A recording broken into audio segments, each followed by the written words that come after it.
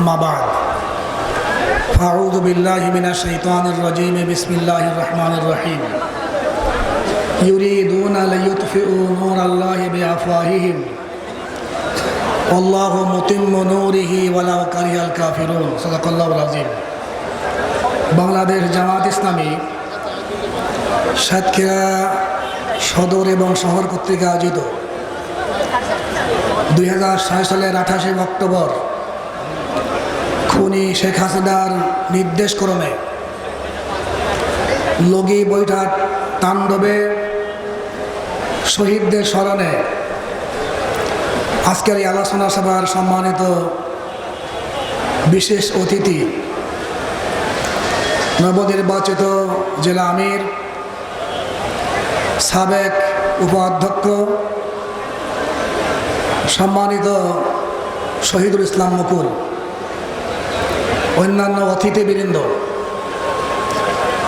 সম্মানিত প্রশাসনিক কর্মকর্তা এবং কর্মচারীবৃন্দ, সাংবাদিক বন্ধুগণ, গোয়েন্দা বিভাগের দায়িত্বশীল ভাইরা, উপস্থিত সাতক্ষীরা এলাকাবাসী, আসসালামু আলাইকুম ওয়া রাহমাতুল্লাহি ওয়া বারাকাতুহু। 2006 সালের 28 অক্টোবর বাংলাদেশের ইতিহাসে একটা কলঙ্কিত দিন। এই দিনই হলো গণতন্ত্র হত্যা দিবস। এই দিনের মাধ্যমে আস্তে আস্তে মানুষের আশ্রয়স্থল বিচার বিভাগকে, প্রশাসনিক বিভিন্ন পর্যায়ের প্রতিষ্ঠানকে নিষ্ফল করা হয়। সম্মানিত দিনী ভাইরা, এই গণতন্ত্র হত্যার কারণে বাংলাদেশের জনগণ নেতৃত্ব নির্বাচনে নিজের মতামত পেশ করার সুযোগ পায়নি এবং এই দিনে এবং এই দিন আগ পিছের মাধ্যমে প্রায় 14 জনকে শহীদ করা হয়। এরপর আমরা দেখতে পাই এই সরকার 2009 সালে ক্ষমতায় আসার পরে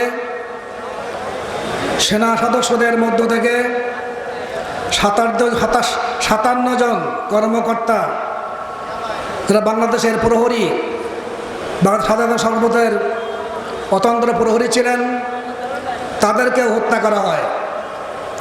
হেফাজতে ইসলামে ওই দিনে হাজার হাজার জনগণকে গণহত্যা করা হয়।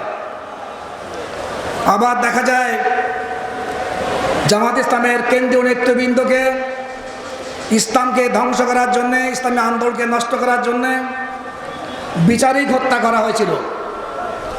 আমরা দেখতে পেয়েছি তার কারণে ছাত্র জনতা সম্মিলিত হবে বৈষম্য বিরোধী আন্দোলনের মাধ্যমে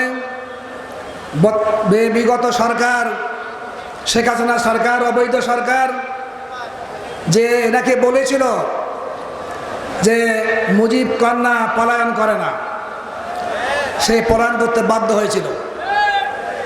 সম্মানিত দিনী ভাইরা, আজকে আমাদের মূল কথা হলো যে আমরা এই দেশকে গড়তে চাই।